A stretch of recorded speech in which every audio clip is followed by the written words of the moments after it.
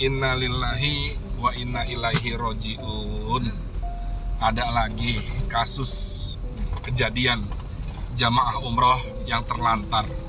Kasihan, miris kalau kita dengar sahabat-sahabat kita, teman-teman kita, calon-calon tamu Allah yang udah sungguh-sungguh pengen ke Baitullah, udah susah payah buat nabung, taunya dikecewakan sama oknum-oknum travel. Sekarang posisi jamaah yang saya tahu lagi ada di Kuala Lumpur. Ceritanya dijanjikan untuk bisa berangkat umroh. Terus di Kuala Lumpur awalnya hanya semalam, tapi ternyata jadinya sampai dengan 5 malam. Begitu diselidik punya selidik, tahu-tahu oknum travel ini belum punya tiket keberangkatan, juga hotel yang ada di Arab Saudi, baik Madinah maupun di